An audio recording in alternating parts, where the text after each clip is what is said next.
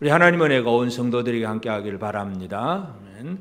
우리가 하나님 나라를 이루는데 하나님의 나라 백성들은 어떤 삶을 살아가느냐, 이것이 이제 모세가 이스라엘 백성들에게 주는 신명기 설교의 내용인데, 오늘 우리가 이 말씀 5절 6절을 보면 길을 갈 때에 새 나무 위에나 길바닥에 새 둥지가 하나 있었습니다. 새 둥지가 있을 때 보니까 알도 있고 새 새끼도 있고 어미가 그 알을 품고 있는 그런 모습들. 그래서 이 어미가 알을 품고 있다. 그러면 우리나라 속담에 그런 있잖아요. 꺽 먹고 알 먹고. 여러분은 그렇게 지금 어미 새가 새끼 알을 딱 품고 있으면 그것을 여러분은 뭐라고 생각하십니까? 이것은 꼭 먹고 알 먹을 수 있는 절호의 찬스다. 왜냐하면 꽁이라고 하는 동물, 그 까투리는요, 이 알을 품고 있는 동안에는 옆에서 불이 나도 도망을 안 갑니다. 불타 죽을지라도 알을 품고 아주 극진한 모성애가 있는데, 그래서 꽁하고 알하고 같이 먹는 게 바로 그런 얘기예요. 그래서 세상 속담은 그걸 일석이조니 하여튼 꽁 먹고 알 먹고 여러 가지 많은 얘기를 하면서 그게 진짜 내가 좋은 절호의 찬스고 기회다, 그런 얘기를 하잖아요. 근데 성경은 뭘 얘기하냐면 꽁 먹지 말고 알만 먹어라, 그런 얘기입니다. 옆 사람에게 한번 얘기합시다. 꽁 먹지 말고 알만 잡수세요. 세상은 꼭 먹고 알 먹고요. 이것 어미도 먹고 새끼도 먹고 알도 먹고 다 먹는 거. 이게 얼마나 내한테 얼마나 큰 소득이겠어요. 이게 이 세상 사람들이 살아가는 방식인데, 하나님 나라 백성들은 꼭 먹지 말고 알만 먹어라 이거죠. 하나님이 주신 어떤 특별한 기회인 것 같은데, 그곳에서 왜 어미 새는 잡지 않고 그냥 알만 먹을 수 있게 하셨느냐. 이 원리, 이 말씀의 원리를 우리가 이해를 해야 됩니다. 우리가 신명기 율법을 보면 문자적으로 보면 나는 새 둥지 발견해 본 적이 없다 하고 나하고 상관없는 얘기다, 그렇게 이해하면 안 됩니다. 말씀은 하나의 예를 가지고 설명을 하는 것이고, 이렇게 새 새끼를 품고 있는 어미를 만나면 어떤 마음과 어떤 자세를 가져야 되느냐, 이게 바로 하나님 나라 백성이다 이거죠. 그래서 우리가 하나님 나라 백성으로 살아가는 삶은 이 세상 사람들이 살아가는 삶의 방식과는 다르다 하는 걸 우리가 이해할 수 있습니다. 그래서 세상 사람들은 꼭 먹고 알 먹고 너무너무 기분이 좋아. 그런데 하나님 백성은 그게 아니고, 그런 상황이 되면 새 어미는 빨리 그냥 날려보내고 알은 먹어도 된다, 그런 얘기. 이 원리를 우리가 지금 이 시대에 어떻게 적용하느냐가 참 중요합니다. 왜냐하면 오늘 특별히 또 우리 어린이 주일이기도 한데, 지금 이 시간에는 어린이들이 없는 시간이니까 어른들이 이제 어린아이들한테 어른들의 역할은 뭐겠어요? 삶의 모델입니다. 어린아이들은 부모를 보고 배웁니다. 어른들을 보고 배우는데, 그러니까 우리가 이 아이들에게 어떤 삶의 모습을 보여줘야 되느냐, 이것이 오늘 우리가 함께 생각해야 될 문제입니다. 그래서 오늘 말씀의 제목을 하나님 나라의 통치라고 하는 단어를 사용을 했습니다. 새를 먹을 수 있느냐, 알을 먹느냐 못 먹느냐, 이제 이 말을 가지고 우리 이 원리 속에서 하나님 나라 사람들은 어떤 권리가 있고 어떤 의무가 있느냐, 그래서 받은 이 통치권을 어떻게 행사를 잘할 수 있느냐, 바로 그 원리를 우리가 함께 살펴보고자 합니다. 그래서 이 새를 잡아 먹을 수 있다. 그런데 안 먹는다. 이것이 하나님께서 자기 백성들에게 뭐라고 말씀하시느냐 하는 걸 이해를 할 필요가 있습니다. 그래서 이스라엘은, 하나님 백성들은 하나님이 주신 그 피조물, 그러니까 큰 범위로 보면 전체 피조물이고, 지금 이 율법에서 한 가지 예를 들면 새 한 마리 얘기입니다. 새 한 마리를 그 어미새가 알을 품고 있는데 이거 잡아 먹을 수 있냐 먹을 수 없느냐, 이 문제. 여기에서 하나님은 먼저 이스라엘 백성들에게 어떤 권리를 주셨느냐, 다시 말해서 오늘 우리는 이 세상에 대해서 어떤 권리를 가지고 있느냐, 이것부터 우리가 한번 살펴볼 필요가 있습니다. 제일 첫 번째로 하나님은 사람들에게, 이스라엘에게 하나님의 것을 소유할 수 있는 소유권을 주셨습니다. 하나님이 세상의 모든 걸 다 만드셨기 때문에 모든 만드신 분이 주인이죠. 만드신 분이 주인이고 소유권자인데, 근데 하나님은 사람들에게 그것을 마음대로 어떻게 할 수 있는 소유권을 주셨다는 얘기예요. 이걸 우리가 이해할 필요가 있습니다. 하나님이 노아가 홍수 이후에 노아에게 주신 말씀을 보면 창세기 9장 2절에 땅의 모든 짐승과 공중의 모든 새와 땅에 기는 모든 것과 바다의 모든 물고기가 너희를 두려워하며 너희를 무서워하리니 이것들은 너희의 손에 붙였음이니라. 하나님은 노아에게 이거 다 너희 손에 주었다. 땅의 모든 짐승들, 공중의 모든 새들, 땅에 기는 모든 것, 바다의 모든 물고기, 이거 다 너에게 주었다. 하나님은 노아에게 그렇게 말씀을 합니다. 원래 주인은 하나님이시지만 하나님의 사람들에게 그것을 누릴 수 있는 소유권을 이전을 해 주셨다는 얘기죠. 이것을 이제 우리가 가장 기본적으로 생각을 할 수 있습니다. 왜냐하면 이게 없으면 우리가 함부로 새나 동물을 잡아먹을 수가 없어요. 이게 하나님이 주신 것이기 때문에 먹는 것이지 하나님이 안 주셨다면 절대로 먹을 수가 없습니다. 그래서 하나님께서 이스라엘 백성들에게 기본적으로 사람이 누릴 수 있는 뭔가를 주셨다는 얘기예요. 그렇기 때문에 지금 이 새 한 마리 얘기를 하는 것입니다. 안 줘놓고 안 줬다면 새는 절대로 먹어서는 안 된다 이렇게 나오겠지만 이미 주셨기 때문에 어미는 살려두고 새끼만 먹어라. 이제 이런 말씀을 주시는 거. 하나님은 우리에게 소유권을 넘겨주셨습니다. 여러분 부자입니다.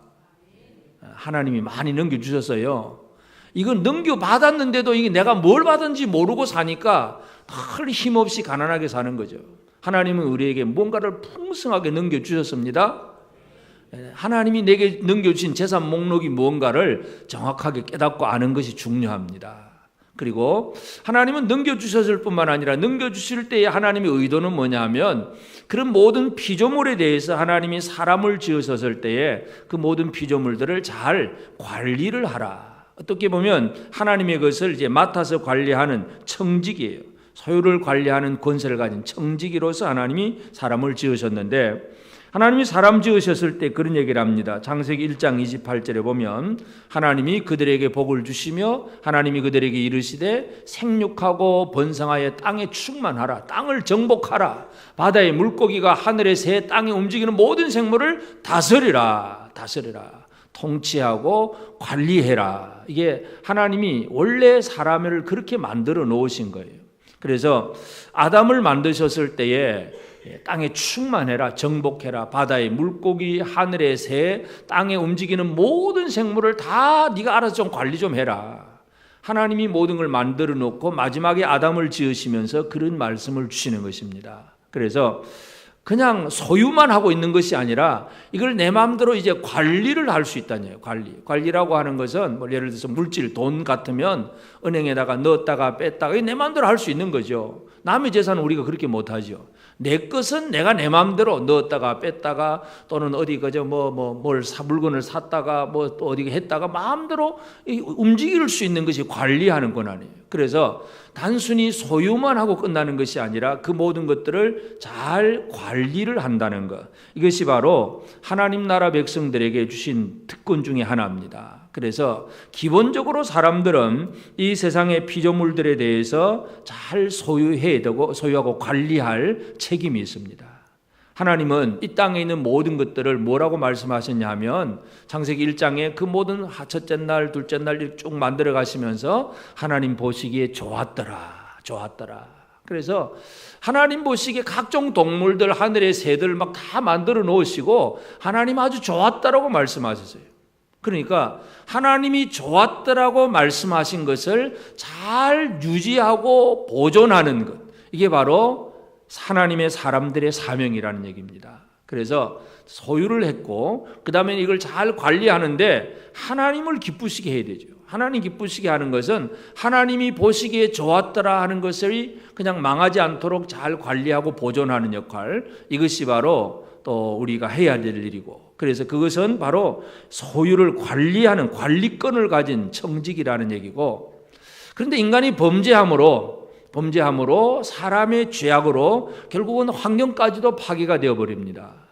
우리 이 땅에 이제 많은 문제가 발생하지요. 그래서 이제 모든 것이 범죄 이후에, 아담의 범죄 후에 잃어버린 것, 통치권을 잃어버립니다. 다스리라 했는데 에덴 동산에서 처음에 아담이 각종 동물들, 짐승들의 이름을 있는 대로 지어줍니다. 너는 너는 코끼리, 너는 사자. 이건 뭐냐면 그 특징을 보고 너는 이렇게 해, 저렇게 해, 마음대로 통치할 수 있는 것. 이름을 지어준다는 얘기는 다스리는 그런 일인데, 그런데 에덴 동산에서 내어 쫓긴 다음에는 그 일이 되질 않습니다.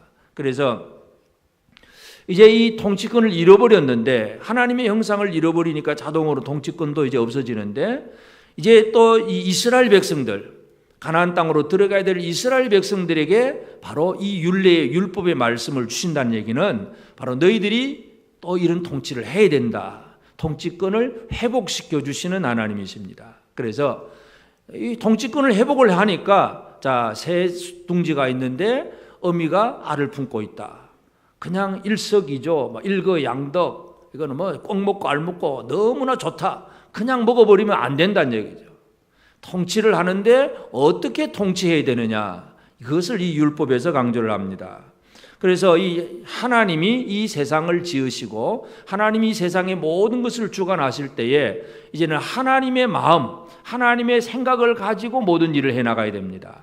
하나님은 어떤 하나님이냐 하면 마태복음 6장 26절에 보면 공중의 새를 보라. 공중의 새를 보라. 심지도 않고 거두지도 않고 창고에 모아들이지도 아니하되 너희 하늘 아버지께서 기르시나니 너희는 이것들보다 귀하지 아니하냐.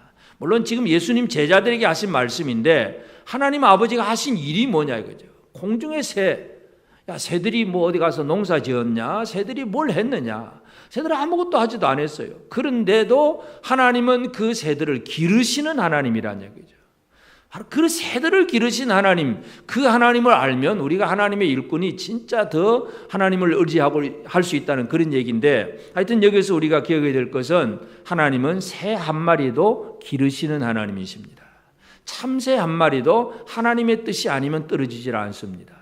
하나님은 가장 연약하다고 생각되는, 아니면 사람의 관심 밖에 있는 그런 동물들 새 한 마리까지도 하나님은 기르시고 돌보아 주시는 하나님이십니다. 그 모든 걸 다스린다는 얘기죠. 그래서 이스라엘 백성들에게 너희가 이렇게 이거는 먹을 수 있고 이거는 먹을 수 없다고 말씀하신 것은 내 마음이 이렇다. 내가 지금 새 한 마리를 길러가는 하나님이니까 내 마음을 가지고 이 새들을 잘 다스려라, 그 얘기예요. 그래서 어미는 먹을 수 없고 새끼만 먹어라, 그런 말씀. 그 통치권이 있다는 것을 지금 강조하는 것이죠. 그러니까 이 하나님의 백성들은 그 모든 생물들을 다스릴 수 있는 통치권을 가진 사람들입니다. 여러분에게 그런 권리가 주어졌습니다. 믿으십니까? 우리에게는 소유권, 관리권, 다스릴 수 있는 통치권. 이게 이 온 우주 세상에 대해서 모든 각종 동물들, 새들에 대해서 하나님이 우리에게 주신 권리들이에요. 이제 이 권리를 이제 어떻게 잘 행사하느냐가 이제 우리가 하나님 앞에 바로 살아가는 삶인데, 그래서 새의 보금자리, 새 새끼나 알이 있고 어미가 그걸 품고 있으면 절대로 어미와 새끼를 한꺼번에 먹지 말라. 어미는 살려두고 알이나 새끼만 먹어라. 이게 바로 하나님의 율법인데, 바로 이제 여기에서 우리는 우리가 다스려야 될 피조물에 대해서 하나님은 우리에게 뭘 말씀하시느냐, 이걸 우리가 기억을 해야 됩니다. 첫째는 작은 것, 이 작은 것에서도 우리는 다음을 내다볼 수 있는, 미래를 내다볼 수 있는 그런 지혜가 필요하다는 얘기예요. 자, 이 어미 새가 있고 그 다음에 새끼가 있거나 아니면 알이 있다면, 그러면 어미와 새끼를 한꺼번에 다 잡아먹을 수 있습니다. 다 잡아먹을 수 있으면 어떻게 되느냐, 결국은 그 새와 그리고 알 새끼까지 한꺼번에 없애버리면 이미 그 종류, 쉽게 말하면 그 한 가족이 없어져 버리는 거죠. 한 종류가 사라져 버리는 겁니다. 그러니까 어미는 먹지 말고 새끼만 먹으라는 얘기는 어미는 또 알을 낳을 수 있으니까 계속 뭔가 번식할 수 있기 때문에 하나님은 그런 말씀을 주십니다. 그 얘기는 바로 미래를 내다보라는 얘기예요. 다음을 내다보라. 지금 맛있다고 다 먹어버리면, 지금 배부르다고 다 배부르게 맛있게 기분 좋다고 막 그냥 꺽 먹고 알 먹고 좋다 하고 그냥 기분 좋게 먹었는데, 그러면 어떻게 되느냐, 그 다음이 없어진다는 얘기잖아요. 하나님은 하나님 백성들에게 뭘 요구하시는가를 잘 이해해야 됩니다. 지금이 아니라 다음을 내다보라. 다음. 그래서 내일을 내다보고 내가 이런 일을 하면 다음은 어떻게 될까? 이 다음을 내다볼 줄 아는 이것이 이 율법에서 강조되고 있는 그런 말씀입니다. 그래서 우리가 창세기 그 요셉을 보면 요셉이 참 감옥에 있다가 바로 애굽 임금 바로의 꿈을 해석을 하고 그 바로의 애굽 임금의 이제 꿈을 해석을 하고 그 애굽의 총리가 되잖아요. 그 지혜로운 요셉인데 지혜로운 요셉은 어떤 지혜를 냈냐면 창세기 41장 34절 35절 보면 바로께서는 또 이같이 행하사 나라 안에 감독관들을 두어 그 7배 풍년에 애굽 땅의 5분의 1을 거두되 그들로 장차올 풍년의 모든 곡물을 거두고 그 곡물을 바로의 손에 돌려 양식을 위하여 각 성읍에 쌓아두게 하소서. 왜냐하면 7년 동안은 풍년이지만 그 다음에는 또 7년의 극심한 흉년이 온다는 것. 이게 이제 꿈에서 해석해 놓은 결론이에요. 그러면 어떻게 할 거냐? 먹고 마시는 게 아주 풍성한 7년이 있는데 그냥 아무 준비 없이 그냥 살 거냐? 다가오는 흉년을 위해서 어떻게 해야 되느냐?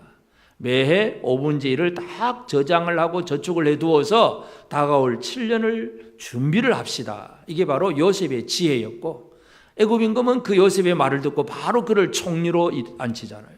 그래서 애굽 사람들이 살고 결국 주변 많은 민족들까지도 살리는 것이 바로 요셉의 지혜 하나, 미래를 내다볼 수 있는, 다음이 어떻게 될 것인가를 내다보는 지혜로움 그 하나 때문에 자기도 살고 많은 사람을 살리는 것, 이게 요셉에게서 보여주는 내용인데 하나님 나라 백성들은 지금 눈앞에 있는 이것만 쳐다보고 사는 게 아닙니다. 당장의 배고픔, 당장의 맛있는 거, 당장의 돈벌이 되는 거, 당장에 내가 뭔가 이익을 취하는 거, 이것만 생각하는 것이 아니라 이것 다음에는 뭐가 이루어질까? 지금은 당장은 새 어미나 새끼를 한꺼번에 먹을 수 있으니까 꼭 먹고 알 먹고예요. 너무나 좋아. 그런데 다 먹어버리면 그 다음에는 없어지는 거예요. 그러니까 그 다음을 생각할 수 있는 것. 오늘 우리가 어린이 주일은 우리의 다음 세대를 생각하는 겁니다. 우리의 다음은 우리의 자녀들은 진짜 믿음 안에서 제대로 살 수 있을까? 늘 미래를 내다보고 바라볼 줄 아는 그런 지혜로움이 가득한 우리가 되어져야 됩니다. 그래서 이 율례의 말씀은 작은 것 하나에서도 미래를 내다보라 하는 그런 말씀이기도 하고 또 한 가지는 하나님이 전체 이 자연의 어떤 생태계를 만드셨는데 이 생태계를 전체적으로 바라보라는 얘기예요. 한 종류가 없어지면 한 종류 없어진 거로 끝나는 게 아니에요. 그것 때문에 이 생태계가 많이 문제가 됩니다. 이건 뭐 우리가 예수를 안 믿는 사람들도 뭐 환경 얘기하는 사람들은 늘 이런 얘기를 많이 하긴 하는데 예를 들어서 처음에 지금 그 북미 대륙에 미국이 있는 그 북미 땅에 처음에 이제 유럽 사람들이 갔을 때 가보니까 늑대들이 너무 많아요. 늑대들이 많은데 그래서 이제 소 키우고 양 키우고 하려면 이 늑대들이 와서 잡아먹잖아요. 그래서 막 그냥 아주 총동원을 해서 막 그 지역에 있는 늑대를 그냥 없애려고 애를 썼습니다. 한 6년 걸려서 늑대를 다 그냥 거의 그냥 몰살시킬 정도로 늑대를 없애버렸습니다. 평안해지면 이제 참 좋을 것 같은데 그동안에 이제 늑대의 밥이 되었던 그 엘크라고 하는 큰 사슴들이 있었어요. 사슴들이 그냥 이렇게 살고 있었는데 어느 날 갑자기 사람들이 늑대를 없애주니까 사슴은 어떻게 되겠습니까? 잘 먹고 잘 살 수가 있는 거예요. 사슴이 잘 먹고 잘 사는 얘기가 뭐냐 하면 그 지역에 있는 풀을 다 뜯어먹는 거예요. 사슴 숫자가 많아지니까 초원이 감당이 안 되는 거예요. 풀뿌리까지 다 캐먹을 정도. 그래서 그 푸른 초원이 아주 황량한 사막과 같이 되어버린다. 풀뿌리까지 다 그저 뽑아 먹어버리고 갉아 먹어버리니까 비가 오면 토사가 또 쓸려 나가고 하면서 환경이 파괴가 되어버려요. 늑대가 없어졌는데 사슴이 번식하면서 초원지대가 없어지고 초원지대가 없어지니까 뭐 각종 들짐승들이 다 없어진 거죠. 완전히 메말라 버리잖아요. 더 파괴가 되어버립니다. 하나님은 생태계를 만드셔서요. 초식 동물이 있고 그 초식 동물을 잡아먹는 육식 동물이 있고 이래가지고 이게 쫙 균형 잡힌 유지를 잘 해나가야 되는데 그걸 누군가 하나를 딱 끊어버리면 하나만 없어지면 끝나는 게 아니라 그에 따른 영향력이 너무 크다는 얘기예요. 그래서 그 다음에 이제 다시 그걸 알고는 늑대를 다시 방사를 했어요. 해가지고 처음까지는 아니라도 많은 것이 이제 복원이 되었어요. 숲도 생겨나고 그러니까 일단 뭐 풀을 많이 뜯어먹는 초식 동물을 숫자를 좀 이제 없애니까 결국은 그만큼 또 자라나게 되는데, 하여튼 전체를 보는 시각이에요. 지금 어미 새 한 마리 먹을 수 있냐 없느냐 이 얘기는 새 한 마리만 쳐다보는 것이 아니고 이 새가 있고 없음으로 말미암아 주변 환경은 어떻게 될 것인가, 이 주변까지도 돌아보게 하는 거라. 그래서 하나님은 이스라엘 백성들에게 자기 몸, 자기 생각, 자기 위주 이것만 아니라 주변까지도 돌아보게 하셨다는 걸 우리가 기억을 해야 됩니다. 우리가 이미 앞부분에 이스라엘 백성들이 전쟁하는 윤례에서 이미 한번 말씀을 드렸는데, 신명기 20장 19절에 보면 너희가 어떤 성읍을 오랫동안 에워싸고 그 성읍을 쳐서 점령하려 할 때에도 도끼를 둘러 그곳에 나무를 찍어내지 말라. 이는 너희가 먹을 것이 될 것이미니 먹찍지 말라. 들의 수목이 사람이냐? 너희가 어찌 그것을 에워싸겠느냐? 하나님은 나무 한 그루까지라도 소중하게 생각을 했어요. 그러니까 하나님은 이스라엘 백성들을 생각을 하시면서 그들이 살아갈 수 있는 삶의 환경을 잘 지금 보게 하시는 거예요. 그러니까 우리가 내 몸, 내 이익, 내 것만 생각하는 것이 아니라 내가 살아가는 삶의 환경까지도 우리는 쳐다봐야 된다. 시각이 좀 넓어져야 된다는 얘기입니다. 그래서 이 신명기 율법, 길을 가다가 나무의 땅에 새 둥지가 있을 때에 그냥 어미나 새끼를 한꺼번에 취할 수 있을 때에 어미는 먹지 말라 하는 이 얘기는 그냥 단순히 길 가다가 생기는 한 작은 일이겠지만 하나님이 자기 백성들에게 뭘 원하시느냐는 거예요. 미래를 내다볼 수 있어야 되고 또 멀리 넓게 모든 것을, 자연 전체를 바라볼 수 있어야 된다는 얘기고, 또 한 가지는 그런 통치를 해 나갈 때에 새라고 하는 것, 자, 이 새는 물론 사람보다 빨리 가고 높이 날아서 함부로 우리가 사람들이 새를 잡을 수 없는 경우도 많지요. 그러나 이제 지금 둥지에 알을 품고 있는 새라고 하는 것은 사람의 손에 붙잡혀 있는 그 새예요. 아주 연약해져 있는 그런 상태. 그래서 아주 연약해서 도망도 못 가고 있는 그런 상태의 새인데, 자, 이런 상태의 새에 대해서 어떤 마음을 가지느냐가 중요하죠. 하나님의 율법은 어떤 마음을 품게 하느냐는 얘기입니다. 그래서 연약한 새 한 마리에 대해서도 하나님의 사랑, 하나님의 자비, 이것이 이제 우리 하나님 사람들에게 늘 준비될 필요가 있습니다. 사랑과 자비, 율법은 늘 그것입니다. 성경은 바로 그 얘기예요. 예수님이 이 세상에서 이 율법의 말씀을 설명해 줄 때 하나님 사랑, 이웃 사랑, 사랑이잖아요, 사랑. 그러니까 율법 전체를 사랑으로 해석해야 합니다. 그래서 우리는 이 하나님의 율법을 지켜갈 때에 진짜 우리가 얼마나 사랑하는 마음으로 통치하느냐. 통치권자라고 해서 무조건 막 폭력하는 독재 정권처럼 그냥 막 힘으로 눌리는 그 얘기가 아니라 모든 그 통치의 대상들에 대해서 사랑하는 마음으로 나아가는 것, 이것이 가장 중요합니다. 사랑을 잃어버리면 다른 거 아무리 많은 것을 가졌어도 의미가 없습니다. 예수님이 11조에 대해서 얘기를 하시죠. 마태복음 23장 23절에 보면 화 있을진저 외식하는 서기관들과 바리새인들이여, 너희가 박하와 회향과 근처의 11조는 들이되 율법에 더 중한 바 정의와 긍휼과 믿음은 버렸도다. 그러나 이것도 행하고 저것도 버리지 말아야 할지니라. 자, 율법은 11조를 하라는 얘기예요. 또 이제 여기에서 어떤 사람들은 그 11조는 율법, 구약의 율법이니까 신약에는 11조 상관없다, 안 해도 된다, 이렇게 말하는 좀 이상한 분들도 좀 계세요. 예수님이 뭐라고 그랬어요? 이것도 행하고 저것도 행하고 다 해야 되는 거예요. 근데 더 중요한 게 뭐냐? 강조하는 점에 대해서 예수님 말씀하신 것인데, 더 중요하다는 얘기는 11조는 중요하지 않다는 얘기가 아니라 11조도 중요하지만 그보다 더 중요한 것이 뭐냐? 정의와 긍휼과 믿음이다.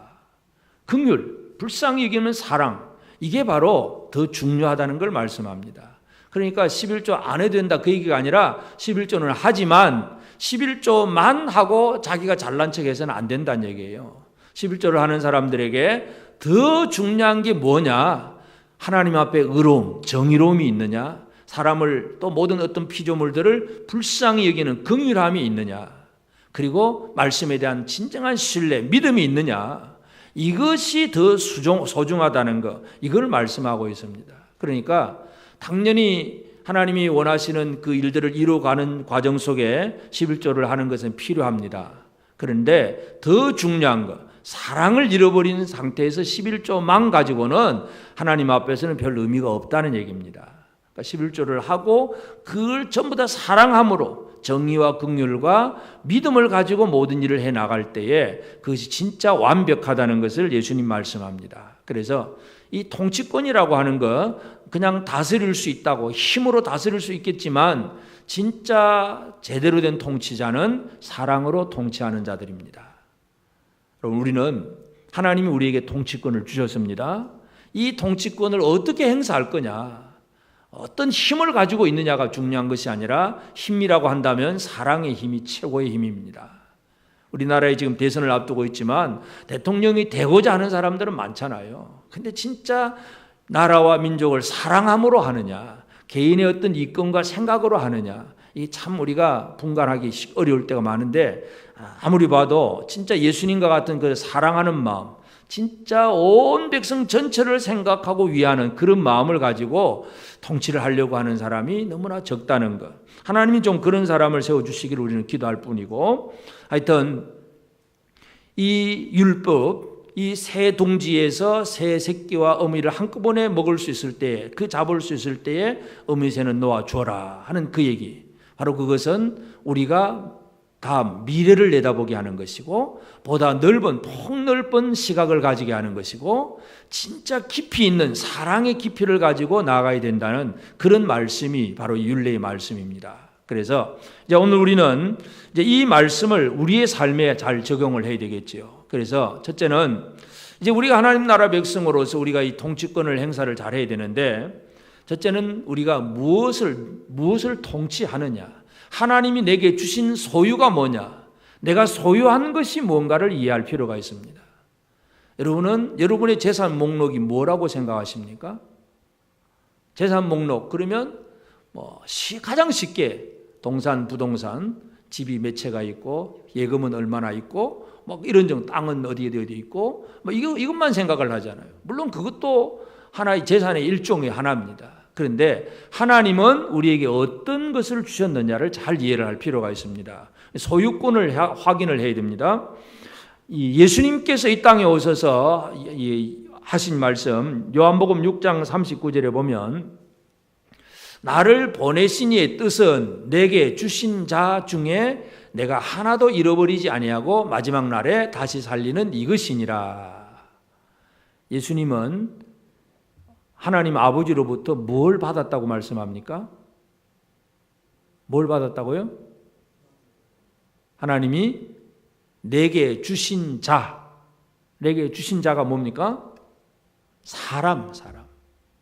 예수님은 이 땅에 내려오셔서 예수님 그러잖아요. 나는 공중에 새도 깃이 있고 우리도 다 여우도 굴이 있고 다 있지만 나는 집 한 칸 방 한 칸 아무것도 없다. 완전히 빈털털이란 얘기예요. 그런데 진짜 예수님은 큰 부자예요. 어떤 부자예요?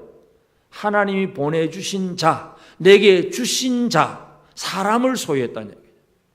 여러분, 사람 부자가 되시기를 바랍니다. 사람을 좀 소유했다는 걸 믿으십니까? 하나님이 내게 주신 자, 이게 예수님의 고백인데 바로 오늘 우리에게도 이것이 있다는 사실을 먼저 기억을 해야 됩니다. 그냥 어떻게 하면 돈만 많아질까 이게 아니라 하나님이 내게 주신 자가 뭐냐, 사람을 소유한다는 것이 얼마나 귀한 일인지 모릅니다. 그래서 예수님이 내게 주신 자라고 표현을 했는데, 근데 또 예수님은 제자들에게는 또 뭐라고 하셨냐면 누가복음 22장 29절 30절에 보면 내 아버지께서 나라를 내게 맡기신 것 같이 나도 너희에게 맡겨 너희로 내 나라에 있어 내 상에서 먹고 마시며 또는 보좌에 앉아 이스라엘 12지파를 다스리게 하려 하노라. 예수님은 12제자에게 내가 하나님 아버지가 나한테 나라를 주셨는데, 물론 이제 나라고 하는 개념에서 예수님은 그 나라의 백성 전체를 생각하신 것이고, 그래서 이스라엘 제자들에게도 주신 약속이 뭐냐 하면 너희도 내 나라에 있어서 내 상에서 먹고 마시고 보좌에 앉아서 이스라엘 12지파, 결국 사람 얘기예요. 사람을 다스리게 하려 하노라. 예수님이 제자들을 세운 것, 제자들에게도 이스라엘 12지파 주었다고 말씀을 합니다. 그리고 마지막에 또 뭐예요? 마태복음 28장에서 모든 민족으로 제자를 삼으라. 전부 사람 얘기예요. 우리는 이 소유권에 대해서 다시 한번 확인할 필요가 있습니다. 하나님은 예수 그리스도는 우리에게 어떤 것을 소유하게 하셨느냐. 많은 것들 중에 제일 중요한 것이 뭐겠습니까? 사람을 소유한 사람이다. 믿으십니까? 그 사람이 지금 당장 내 눈앞에 보이는 몇 사람 정도가 아니라 예수님이 제자들에게 모든 민족으로 제자를 삼아라 그러잖아요. 모든 민족이 다 네 손안에 있다. 그래서 그들 중에서 제자를 삼아서 가르쳐서 지키게 해라. 이게 예수님의 말씀이잖아요. 그래서 오늘 우리가 이제 이 말씀을 보면서 우리는 피조물 중에 가장 중요한 것, 사람을 소유한 사람이라는 것을 기억하시기를 바랍니다. 여러분, 부자가 되셨습니까? 아직도 가난하십니까? 부자가 되셨습니까? 저는 우리나라 예를 들어서 흔히 가끔 그런 얘기나 재벌들 몇 천억 달러 그렇게 재산 가진 사람들 얘기를 들어보면 이 사람들은 도대체 이 돈을 어떻게 사용할 수 있을까? 아무리 그냥 잘 먹고 잘 살고 해도 그 몇 조를 어떻게 써먹을 수 있을까 하면 참 의문이 많이 갑니다. 근데 이게 이제 결국 우리 문제예요. 하나님은 우리에게 모든 민족이라는 걸 다 주셨는데 이 모든 민족을 우리는 얼마나 과연 다스릴 수 있을까?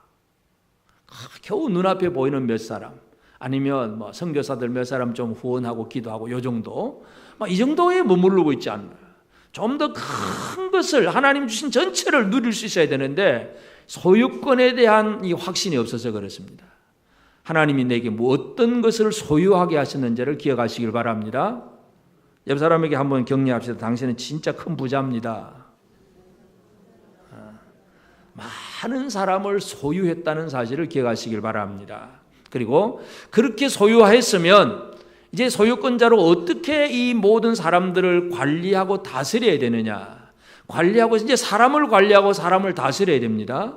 사람을 관리하고 사람을 다스릴 때 제일 중요한 것이 바로 영성이에요. 일상의 영성이라고 얘기할 수 있는데, 자, 새 둥지를 턴다. 우리가 어떤 아이들이 길 가다가 나무 위에 있는 새 둥지를 털어가지고 알 꺼내 먹고 새 어미 잡아 먹고, 이건 아이들의 장난일 수도 있습니다. 그런데 이런 것들이 그냥 일상으로 살아가는 삶에서 흔히 볼 수 있는 작은 일이에요. 그런데 그 작은 일들에게서도 하나님의 뜻을 추구하는 것, 일상의 평범한 생활 속에서 영성을 찾아내는 것, 이게 바로 이제 우리가 해야 할 일입니다. 다윗을 예를 들면 다윗은 자기를 잡으러 오는 사울 때문에 도망을 다닙니다. 도망 다니다가 다윗은 사울을 오히려 잡을 수 있는 기회가 2번이나 있습니다. 그런데 그 2번의 기회는 이 지금 다윗과 함께하는 그 다윗의 신하들, 다윗의 용사들은 다윗에게 절호의 찬스입니다. 이거는 얼마든지 다 사울을 없애고 우리가 다시 한번 뭔가 정권을 잡고 뭔가 회복할 수 있는 진짜 좋은 기회입니다 하고 사람들이 그런 얘기를 하잖아요. 그때 다윗은 무슨 얘기를 하냐면 사무엘상 24장 5절 6절에 보면, 그리한 후에 사울의 옷자락을 뱀으로 말미암아 다윗의 마음이 찔려 자기 사람들에게 이르되, 내가 손을 들어 여호와의 기름 부음을 받은 내 주를 치는 것은 여호와께서 금하시는 것이니 그는 여호와의 기름 부음을 받은 자가 됨이니라. 사울의 옷자락만 살짝 자르고, 죽일 수 있지만 살짝 옷자락 끝만 자르고, 그것 때문에도 마음에 가책이 되는 거예요. 여호와의 기름 부음 받은 자를 내가 건드리면 안 된대. 바로 그 생각, 이게 영성이에요. 뭔가를 내 마음대로 할 수 있을 때 하나님을 생각하고, 내 이익을 취하고 뭔가를 많이 얻을 수 있을 때 위에 계신 분을 한 번 더 생각하고, 이게 바로 일상의 영성이에요.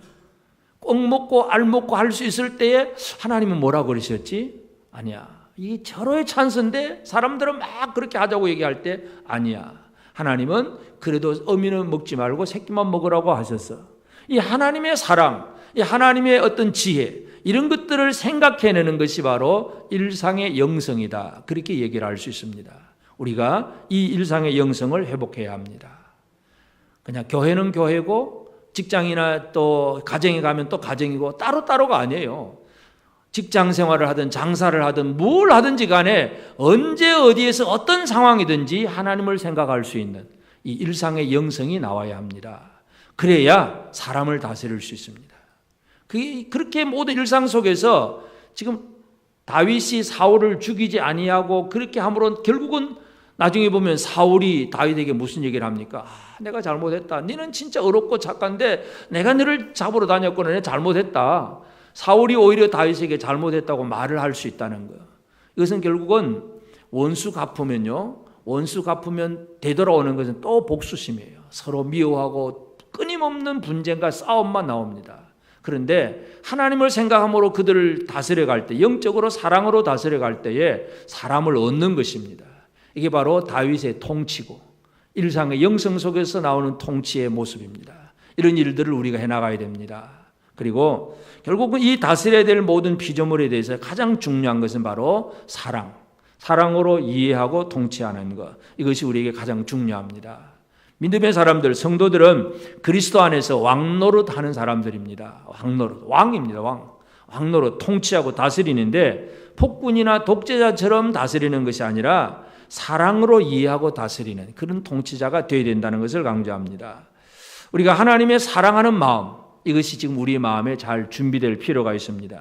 베드로전서 4장 10절에 보면 각각 은사를 받은 대로 하나님의 여러 가지 은혜를 맡은 선한 청지기 같이 서로 봉사하라. 그러니까 이 은사를 받은 대로 이제 하나님이 우리에게 은사를 주어서 뭔가 일을 하게 합니다. 그래서 맡은 청지기, 그 하나님 앞에서 받은 여러 가지 은혜를 맡은 선한 청지기. 우리는 하나님이 우리에게 맡겨주신 것들이 있습니다. 이것을 잘 관리하고 다스리는 그러한 일들이 우리에게 있는데 그 일을 어떻게 해야 되느냐? 선한 청지기. 이 선한 청지기의 결론은 바로 사랑으로 모든 일을 이루는 것입니다. 오늘 우리가 선한 청지기, 하나님의 마음, 사랑하는 마음으로 뭔가를 다스려 갈 수 있는 이 자세가 되어야 된다는 얘기입니다. 그래서 오늘 우리는 이 말씀을 통해서 사람이 범죄함으로써 통치권을 잃어버렸지만 하나님 나라에서는 그 통치권이 지금 다시 회복이 되었어요. 그렇기 때문에 하나님 나라에서 이 통치를 어떻게 하느냐, 제일 중요한 것이 바로 사랑. 물론 그 이전에 미래를 내다보는 지혜도 있어야 되겠고 폭넓게 생각하는 넓은 시각도 있어야 되겠고 제일 핵심은 하나님의 사랑으로 작은 피조물, 일상의 작은 소소한 일 하나까지라도 하나님의 사랑으로 모든 일을 해결해 나가는 것. 이것이 바로 하나님이 주신 율법의 정신입니다. 그래서 우리는 이 신명기 율법, 길을 가다가 나무의 땅에 새 보금자리에 새 새끼가 알이 있고 어미새가 새끼는 알을 푼 거 보거든 어미와 새끼를 아울러 취하지 말아라. 그냥 새 한 마리 잡아 먹을 수 있는 얘기인데도 하나님 왜 이 말씀을 하셨느냐? 7절에 보면 어미는 반드시 놓아줄 것이요 새끼는 취하여도 되나니 그리하면 내가 복을 누리고 장수하리라. 이 하나님의 정신을, 사랑의 마음을 가지고 살 때에 진짜 하나님의 복을 받을 수 있다는 얘기입니다. 하나님의 복을 누리고 장수하게 되기를 바랍니다. 옆 사람에게 한 번 더 얘기합시다. 하나님의 복을 누리고 장수하시기를 바랍니다. 우리는 하나님 주신 것을 소유한 자로서 통치해야 될 사명이 있습니다. 사랑으로 잘 통치하고 하나님 앞에 큰 복을 받아 누리는 우리 모두가 되어지기를 바랍니다. 아멘.